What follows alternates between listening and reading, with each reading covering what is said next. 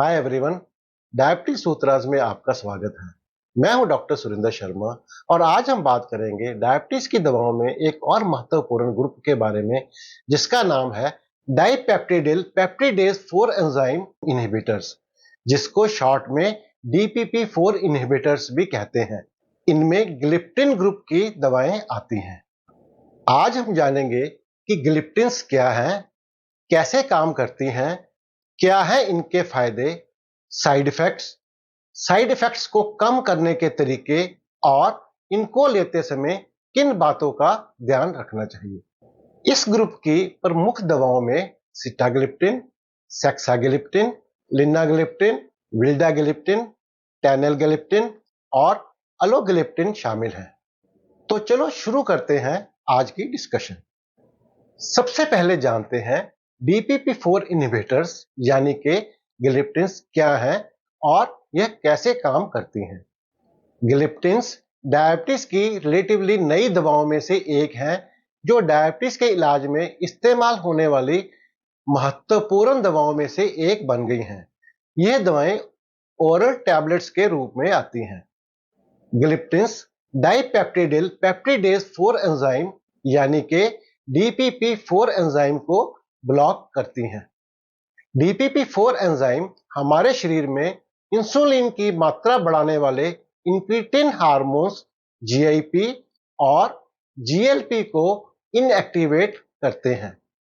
DPP4 block हो जाने के फलस्वरूप GLP और GIP के लेवल्स लंबे समय तक बने रहते हैं, जिससे पैनक्रियाज में इंसुलिन की सिक्रीशन लंबे समय तक बढ़ी रहती है, जो खून में ग्लूकोज की मात्रा को कम कर देती है। इससे लिवर में भी ग्लूकोज का प्रोडक्शन कम हो जाता है।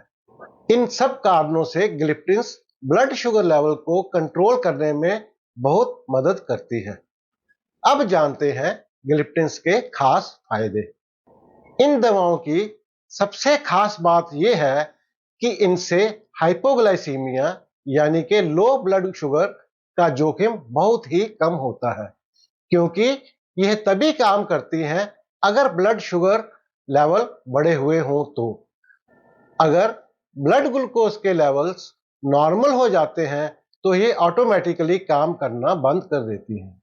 ग्लिप्टिन्स के लंबे समय तक इस्तेमाल करने से भी बॉडी वेट नहीं बढ़ता, जो खासकर ओवरवेट डायबिटीज के लिए बहुत इंपॉर्टेंट है।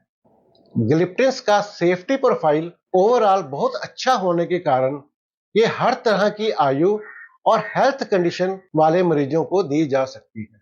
अब बात करते हैं आम इस्तेमाल किए जाने वाली ग्लिप्टिन्स की। सिटाग्लिप्टिन, जिसके कुछ मशहूर ब्रांड नेम्स सिटाप्राइड, सितारा और सिटाडे हैं, इस ग्रुप की सबसे ज्यादा इस्तेमाल होने वाली दवाओं में से एक है। इसकी डोज 50 से 100 मिलीग्राम प्रतिदिन होती है, जिसे दिन में एक बार लिया जाता है। विल्डाग्लिप्टिन, जिसके कुछ पॉपुलर ब्रांड्स हैं विल्डाप्राइड, ग्लिप्टाग्रेट और विनग्लिन, भी एक सबसे पुरानी और खूब इस्तेमाल किए जाने वाली ग्लिप्टिन है। इसकी डोज 50 मिलीग्राम दिन में 2 बार होती है। लिनाग्लिप्टिन, जिसके कुछ पॉपुलर ब्रांड नेम्स ट्राजेंटा, लिनाप्राइड और जसलिन है, की डेली डोज 5 मिलीग्राम होती है, जिसे दिन में एक बार दिया जाता है। किडनी डिजीज के मरीजों में इसका खास रोल है, क्योंकि यह किडनी सेफ है। टेनलग्लिप्टिन, जिसके ब्रांड नेम्स टेनाली, टेनग्लिन, टेनलप्राइड है, की डोज 20 से 40 मिलीग्राम प्रतिदिन होती है, जिसे दिन में एक बार दिया जा सकता है। यह भी किडनी के मरीजों में बिना किसी टेंशन के दी जा सकती है। अलोग्लिप्टिन की डेली डोज 25 मिलीग्राम होती है और सेक्साग्लिप्टिन की डेली डोज 2.5 से 5 मिलीग्राम होती है। अब जानते हैं ग्लिप्टिन्स के कॉमन साइड इफेक्ट्स के बारे में। जैसे कि किसी भी दवा के साथ होता है, ग्लिप्टिन्स के भी कुछ साइड इफेक्ट्स हो सकते हैं।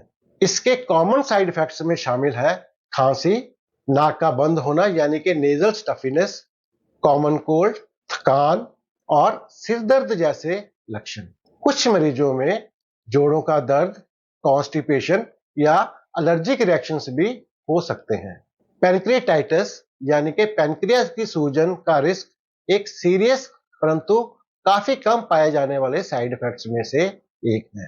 गिलिप्टिन से होने वाले साइड इफेक्ट्स को कम करने के लिए बताए गए साइड इफेक्ट्स के बारे में अलर्ट रहे। डॉक्टर के द्वारा रेगुलर चेकअप, मॉनिटरिंग और सावधानियां बरतने से साइड इफेक्ट्स को समय पर पहचाना या पूरी तरह अवॉइड भी किया जा सकता है। अब जानते हैं क्या है वह सावधानियां। अगर आपको कभी पैनक्रियाटाइटिस यानी कि पैनक्रियास की सूजन हो चुकी है तो अपने डॉक्टर को बताएं। ऐसी स्थिति में ग्लिप्टिन्स को अवॉइड करना ही बेहतर है। किडनी की समस्या वाले मरीजों को इन दवाओं का उपयोग सावधानी पूर्वक करना चाहिए। किडनी की सीरियस समस्या वाले मरीजों में लिनाग्लिप्टिन और टेनाग्लिप्टिन को छोड़कर बाकी सभी ग्लिप्टिन्स की डोज कम की जाती है। विल्डाग्लिप्टिन को लिवर इंपेयरमेंट में अवॉइड किया जाता है। अलोग्लिप्टिन और सेक्साग्लिप्टिन की डोज को भी लिवर के मरीजों में एडजस्ट किया जाता है और अगर लिवर की सीरियस बीमारी है तो नहीं दिया जाता। सारांश में ग्लिप्टिन्स टाइप 2 डायबिटीज के मैनेजमेंट के लिए बहुत महत्वपूर्ण दवाएं हैं।